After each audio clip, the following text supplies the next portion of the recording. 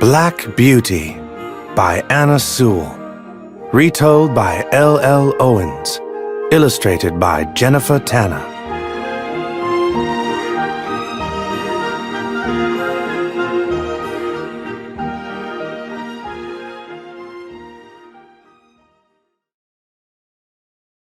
Introducing Duchess.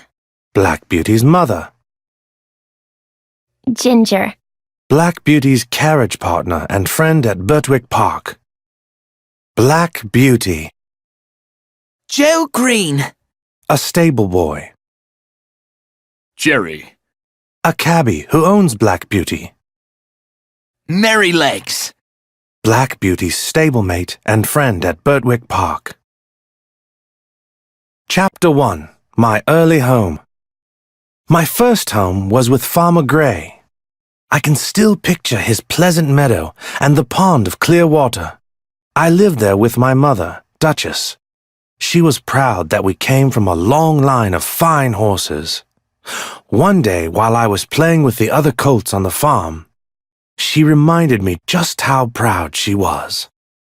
Son, come here. Those cart horse colts have not learned their manners yet. You have good breeding. Lift your feet up when you trot, and never bite or kick, even in play.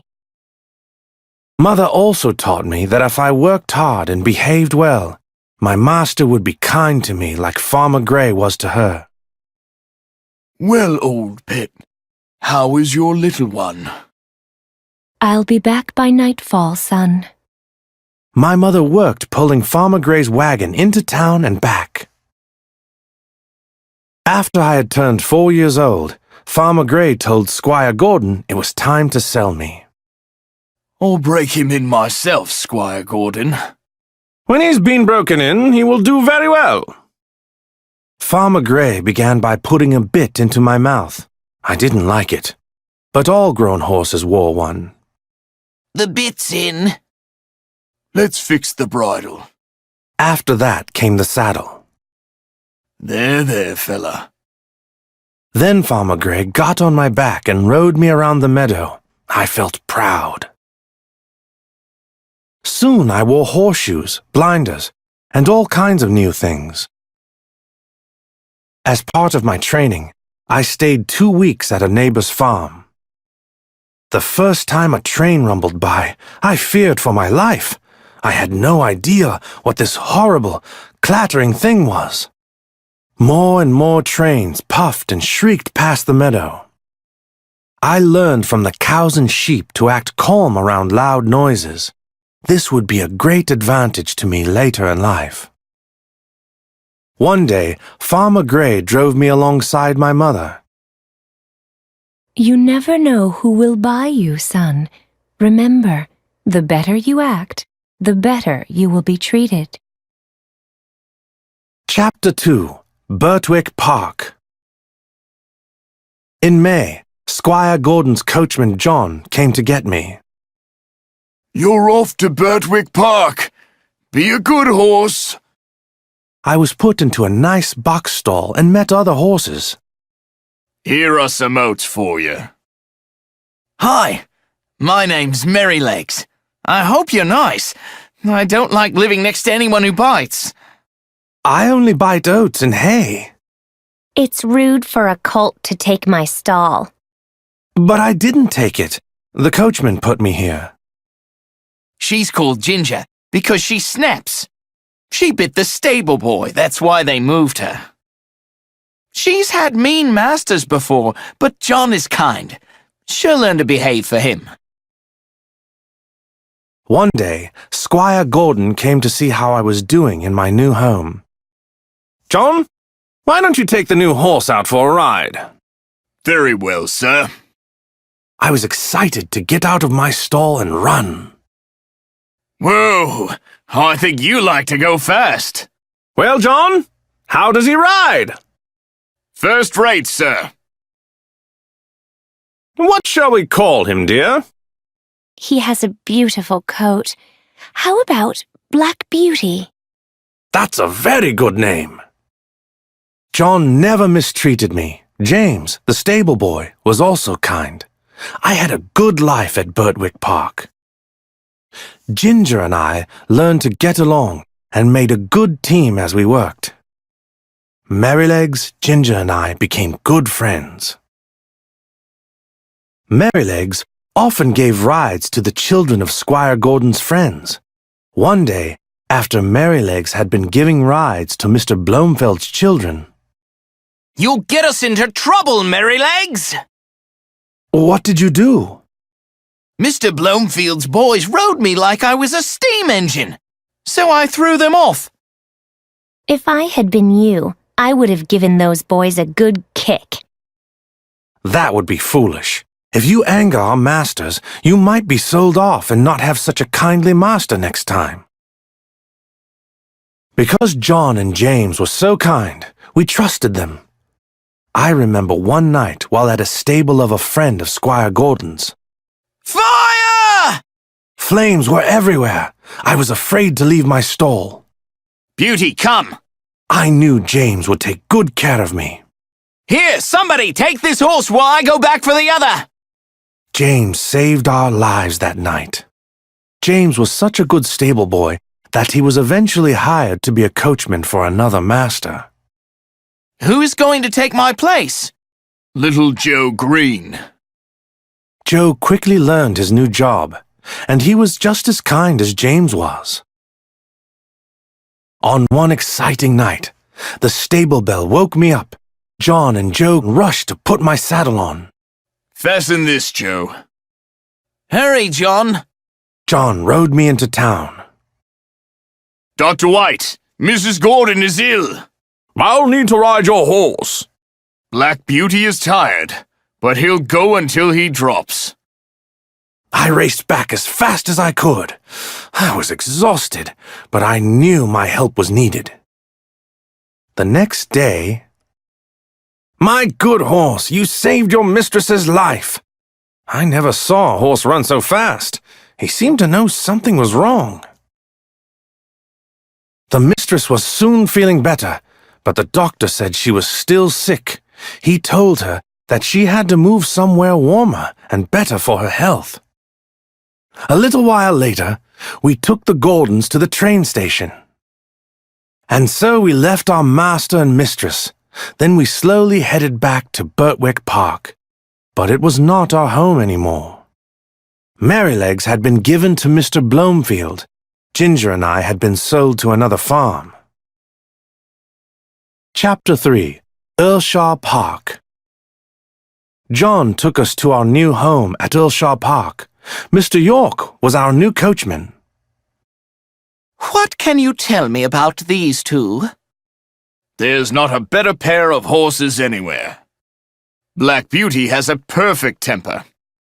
Ginger was treated poorly as a filly, but she behaves well when treated well. Our lady insists the horses wear a check rein. But that's painful for them. Poor horses. I'll miss you. She likes the horses' heads held up high. And we would miss John's kindness.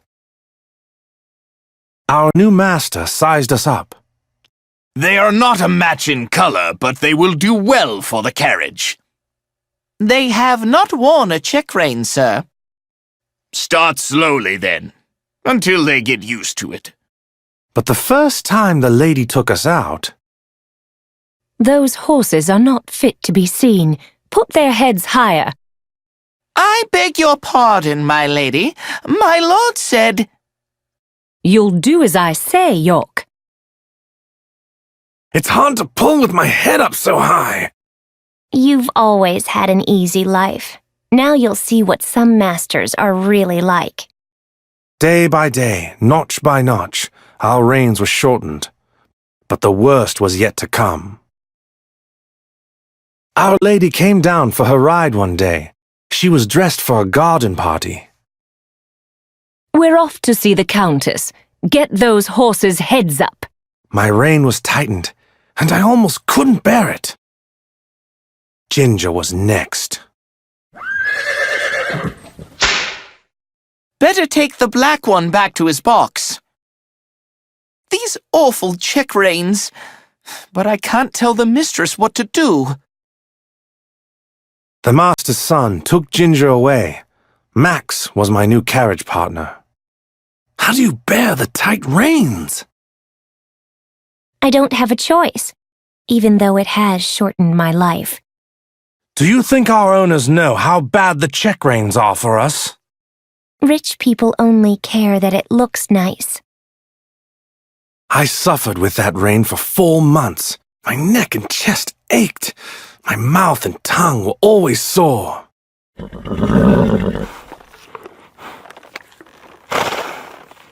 In my old home, John, Joe, and Squire Gordon were my friends, and I had Merrylegs and Ginger. Here, I didn't have any friends.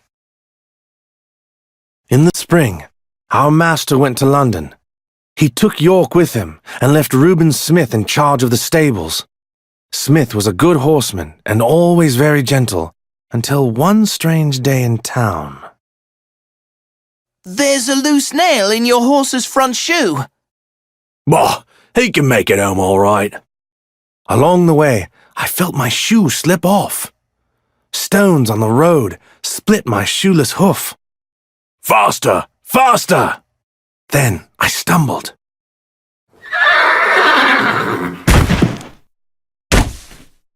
I got up, but Smith did not move. At midnight, I heard riders coming my way. It's Smith. I think he's dead. The horse must have fallen. His knees are bloody. His foot is cut up too. It was a long trip home, and I was in pain. At last, I reached my stall. The men wrapped up my knees and treated my foot. The doctor would come in the morning. It took me a long time to heal, and I had scars on my knees, but luckily, I wasn't blamed for Smith's death. Not long after I healed, I was up for sale. I became a job horse and was rented to different people. Some of them knew nothing about driving horses. Why won't this horse go any faster?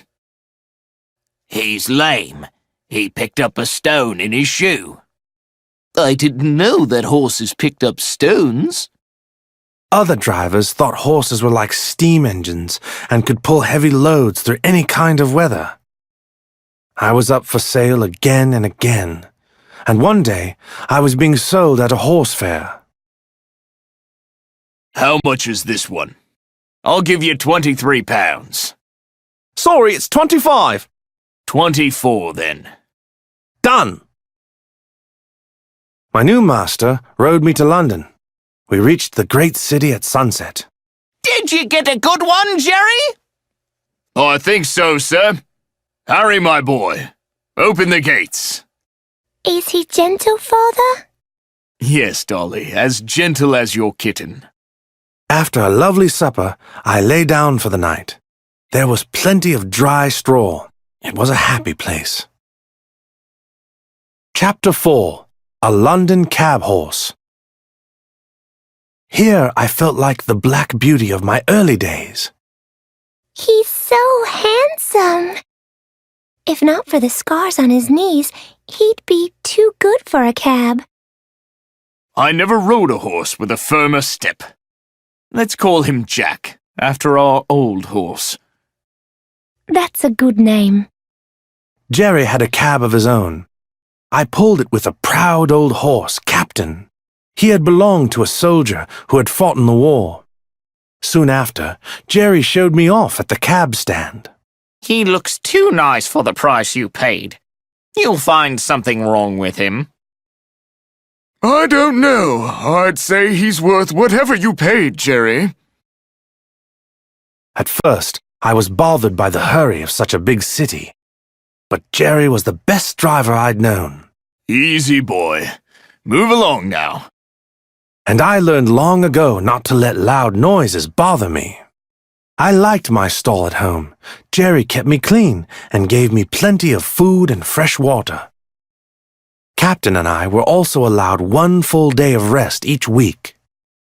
Did I tell you about the time my master was killed in battle? Yes, but we have the day off, so tell me again. The winter came that year with a great deal of cold, wet weather. The slippery streets were scary. Easy does it. One wintry day, a new customer came up to Jerry. Just one moment, sir.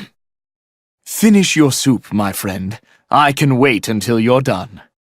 That's a real gentleman. He has a kind thought for a poor cabman and a little girl.